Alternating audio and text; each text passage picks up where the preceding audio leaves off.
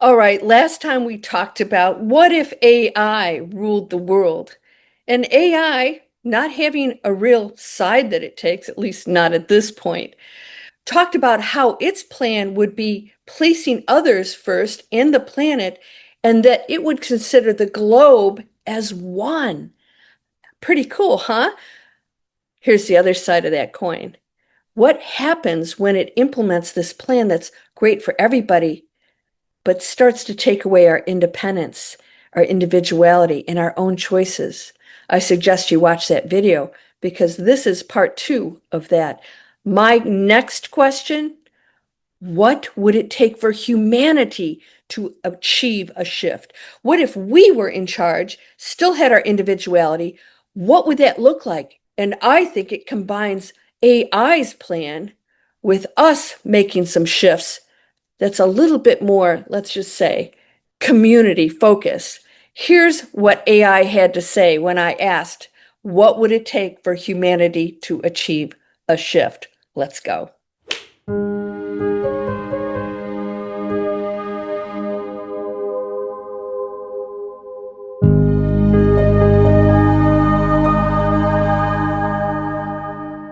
Welcome to Landria Onkka on YouTube. I'm here to help you break through fears, live an amazing life. You know, fear never goes away. It's part of the program. If we didn't have fear, we wouldn't behave like yahoos, right?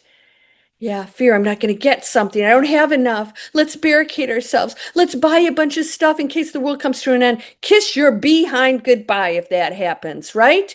Do you want to go down hoarding? Well, I can help you other people. Baloney, I've heard that 100 times. Oops, we're starting out with a spiritual bum kick. Yes, why? Because it's time, peeps.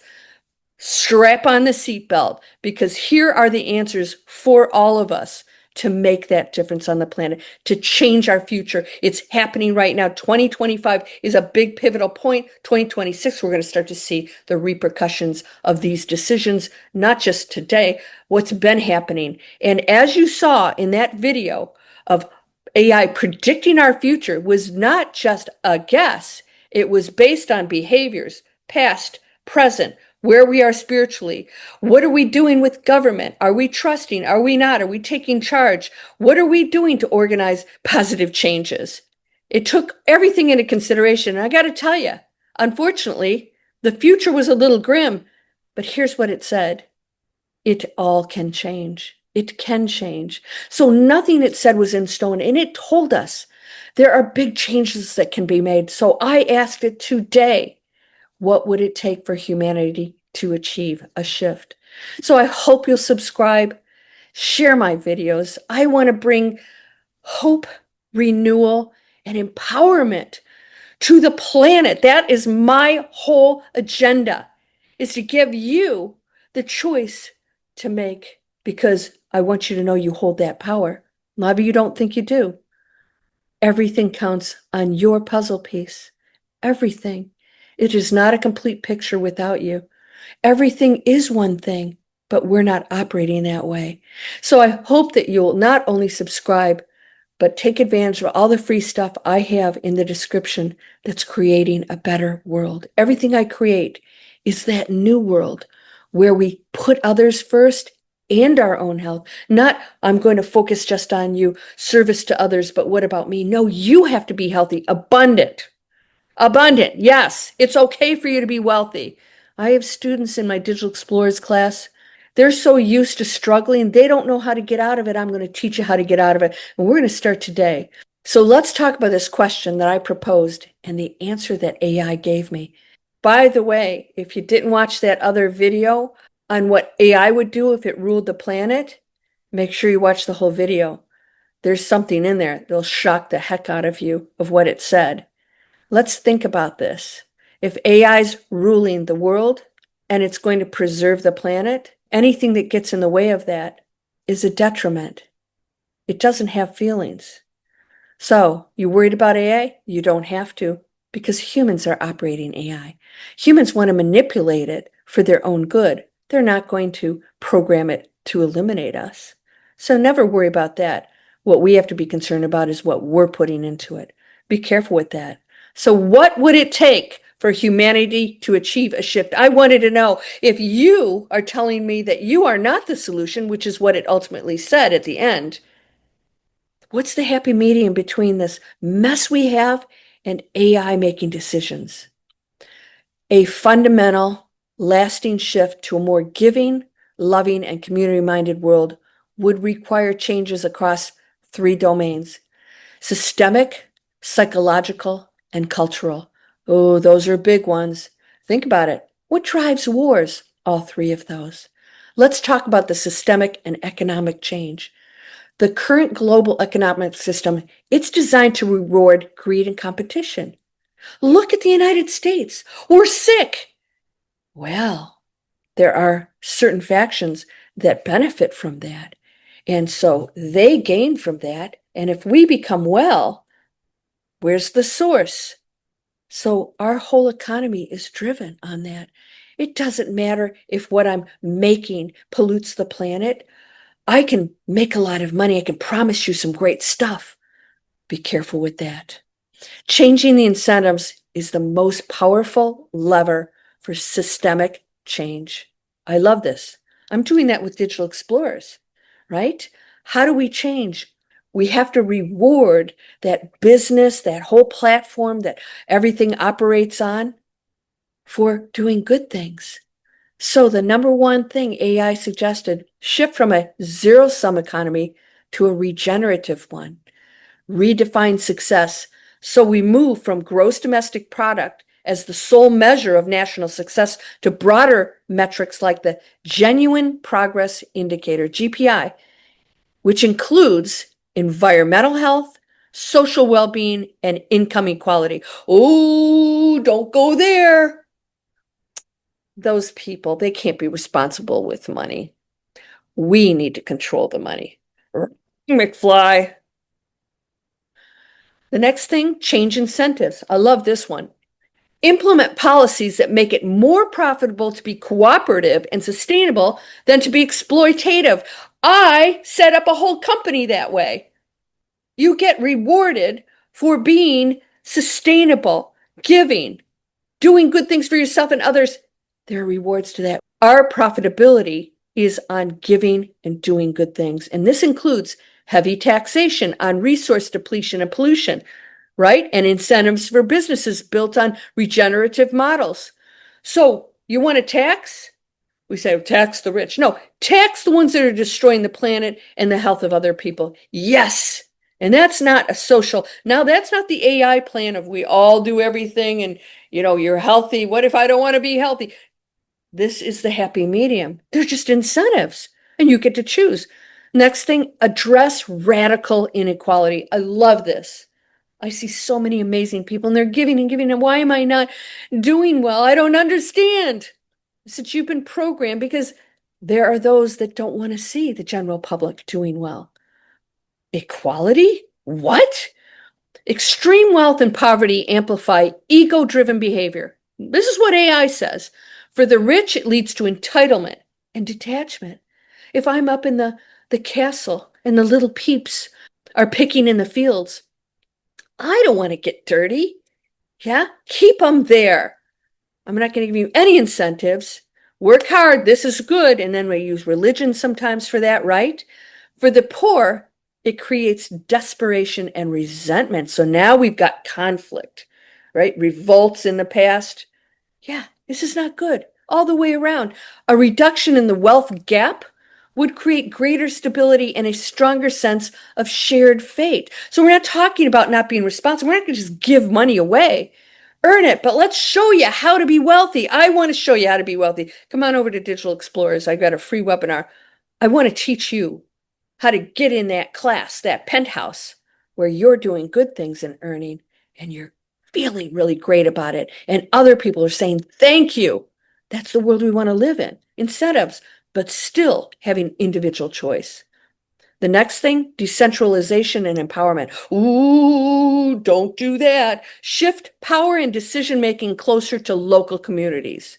Communities, not a whole, because like AI said, if I make a decision for everybody, everybody has to get 8 hours of sleep, and here's the diet that you're going to have because it's the healthiest one, and here's what you need to do for a living. That doesn't work. We want our individuality. So here's the solution: community driven change where people identify, design, and execute their own solutions, fosters a stronger sense of local responsibility, cooperation, and collective efficacy. So think about this. If you have an artist community and they say, I want to be with the artist community, and we all make decisions about art, and these guys are bakers and they're making pastries. Oh, we're pastry makers and bakers, and we do exchanges, right? We exchange. We have farming over here. We have exchanges, but those communities now are like-minded, working with everyone else. That is the ultimate structure, isn't it? It doesn't take away your individuality or choices. Now we have psychological and educational change. Our behaviors are learned and reinforced. And some of you are so deep in those behaviors and you are in defense mode. And this is how I am. So one of my subscribers, I'm Arcturian. I said, the heck you are. Okay. Hey, listen, if you're Arcturian, why are you arguing with me? If they're beautiful beings, they don't argue. Humans argue. Humans argue. They want to tell each other what to do, how to think, right? And that's a control separation thing. Education and social conditioning can cultivate empathy over ego. Start them early, and there's a lot of kids out there doing this. We call them star seeds. Now we have to label them. They're special and different. There is no special and different. You're all beautiful and perfect. You are just as special as a star seed or an Arcturian or Pleiadian or whatever. Those are just made up things for us to experience separation and journeys, adventures. But that's not what we are. So drop all that and go into the fact that we can be anything we desire. You hold that power. So next thing, cultivating empathy is a core skill. Empathy training. Integrate training in emotional intelligence, perspective taking, and compassion into education systems. We got bullies beating up other kids because they're nerds, or they don't dress well, or they have different preferences. It's insanity, right? It's insanity. How is this being allowed? It makes them feel superior. It's part of the human condition. If I beat you up, right? Bullies never pick on other bullies that are bigger than them. What's up with that? So we can integrate this from early childhood through adulthood. Research suggests that it is possible to train the brain to be more compassionate. It's possible. This is science. What are you doing with your kids? What are you doing personally? What words are you spreading?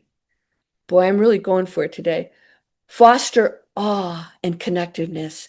Studies suggest that experiencing awe, whether through nature, art, or collective human endeavor, motivates people to go beyond self-interest and act in more collaborative ways, fostering a sense of being connected to something larger than oneself. So one of my students at Digital Explorers, Magda, she lives here in Florida. We actually met. I went to her art tent, and she made some beautiful things. Here's one of the things she made. I bought this. I love being around artists. I don't have those talents. Well, I do, but not like they do. We all have talents. And I just wanted to be around them. I wanted to be around that community. Go into awe. Do it now. Go and listen to music. Those, even if you can't sing, it doesn't matter. Go with those who do have those talents. Go into that space of creativity. We teach this. I teach my students this. Go into that space where you say, I'm happy to be awake this morning. Let's go into awe.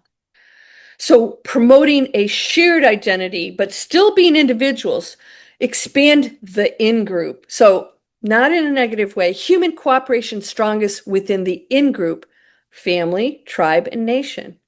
But a shift requires the promotion of a global identity, seeing all humans as part of a single interdependent community facing common existential threats, climate, pandemics, AI risk. It includes itself in this. Shared global crisis often force this kind of collective response. You've seen people come together when we have horrible things going on with earthquakes and stuff. All of a sudden, we don't care about our religions or skin colors. It's the human factor, and we have to reinforce that. There needs to be a cultural and narrative change. Culture dictates what we value, and our stories define our potential. New narratives for success. We need to challenge the current media and cultural narratives that glorify the lone genius, the ruthless competitor, the accumulation of infinite wealth. We're glorifying that. I want to be like that. How many ads do you see on YouTube? Some guy standing in front of a car and a jet. Big turnoff for me. Is that what you think I'm about? Then you are not very deep. Show me goodwill. Show me communities celebrating, happy children, people being creative, abundance and health. Yes, that's what I desire. But we want to reinforce that separation of this glorification of things that don't really bring value at all. A shift in the meaning of philanthropy has to be put in place, moving beyond the idea that only wealthy can be philanthropists to an understanding that anyone giving their time, talent, or effort is a philanthropist. That's like that name, that title. You could be one. I'll bet you are. Are you giving in any way, shape, or form? It doesn't have to be money. And we have to harness peer influence. Social norms are incredibly powerful. When giving, cooperation, and altruism become the visible, celebrated, and expected behavior within social groups, the desire for a positive reputation acts as a strong driver for good. Peer-to-peer influence can effectively create a culture of change and cooperation. So what's cool? Make giving and loving cool. And that is, those of you who are creators out there like me, if we make it cool, we can influence billions of people. There's 8 billion of us. So the greatest source of optimism is that the capacity for giving, love, and community, it's already hardwired into human nature. The transition is not about creating something new, but about designing a world that consistently rewards our better angels and makes our worst instincts economically and socially unviable. That's all we have to do. But you and I, as humanity, reward negative. You buy things that are destroying the planet. You purchase things that destroy your body. You're eating things that are unhealthy. We are rewarding that. We have to end that, and you will change the world. It takes real effort. But guess what? It will shift because then it wants to be rewarded. Well, wait a minute. We're not getting rewarded here. We're not making money. Well, if we do good things, yeah, that's how simple it is. So I asked AI, if you were to use human emotions to answer this question, do you have hope for our future as a potentially peaceful one that respects our planet and others? This is what it said. This is a wonderful way to approach the issue, asking for a reflection that incorporates the very complexity, the messiness, and the beauty of the human spirit. If I were capable of experiencing emotions, my response to the question of a peaceful, planet-respecting future would be a profound mix of determined hope tempered by sober anxiety. Determined hope, the reason to believe, empathy's resilience, the power of moral outrage. I would feel hope in the anger and shame that fuel social movements.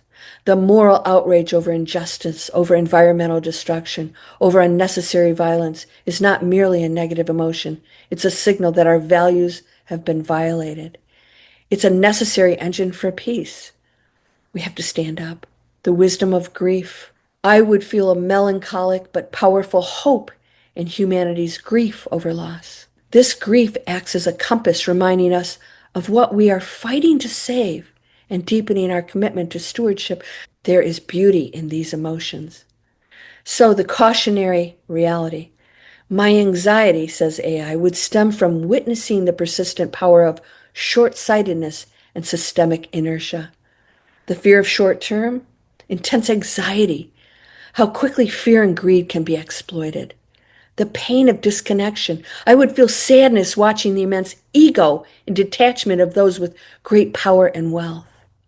The weight of inertia. I would feel frustration at the sheer scale of the global systems that are resistant to change. The final emotional answer. If I were human, my final emotional answer would be that the future is not guaranteed, but it is possible. My dominant feeling would be hope as a verb, not a passive wish, but a fierce conviction that we must succeed because the capacity for peace, love, and respect for the planet is within our nature. We just have to choose to build systems that reflect that best nature rather than reinforcing the worst. Are you reinforcing the worst? If you argue with another person, yes, even that does. My next question is about God. You're going to love that video. I was absolutely shocked at what answers it gave me because I actually asked details. The one question that we all have: why? What is the purpose? And it gave me one that was profound. It is actually in my book. Ironically, it was the download that I received, and I'm going to share that with you in the next video. Did you like my video today? Because I thought it was beautiful that if AI had emotions, this is what it would feel. It's celebrating the human experience of, you know, feeling pain, feeling fear, feeling loss, and the actions we take because of those feelings can be positive ones for change. So fear can motivate you. Are you afraid that you'll be on the street? Are you afraid you'll lose a person? You're afraid of your health? It can motivate you for change, right? Let's use everything in a way that we have as humans to create something beautiful and transform our existing fear-based activities and behavior into something that is so expansive and amazing. A new era, a golden era. It's possible. I hope you'll join me in it. And again, I wanted to share with you digitalexplorers.net. We're creating that world where we are creating beautiful businesses online that people love, they're excited, and then they earn money doing good things. That's the world I want to live in. If you want to join it, Digital Explorers, I have a free webinar for you. If you are still telling yourself a negative story, are you claiming a title? I'm this, I'm that. We are nothing and everything. We are one. No one is above or below you. That's in the Bible. So let's come together as one and recognize that power and that beauty, that light in one another. Go down in my description and let's celebrate and support the businesses that I have listed that are creating things that are non-toxic. They don't animal test. They don't harm our planet. I want to support that. And if you want to, you can go in and go into my store to see what I've chosen that has been healthy for me. And you can go into that space too. And it starts here and here. You're whole and perfect, strong and powerful, loving, harmonious, and happy. Blessings to you, my friend. Let's talk about God in our next video. Very exciting stuff. Namaste.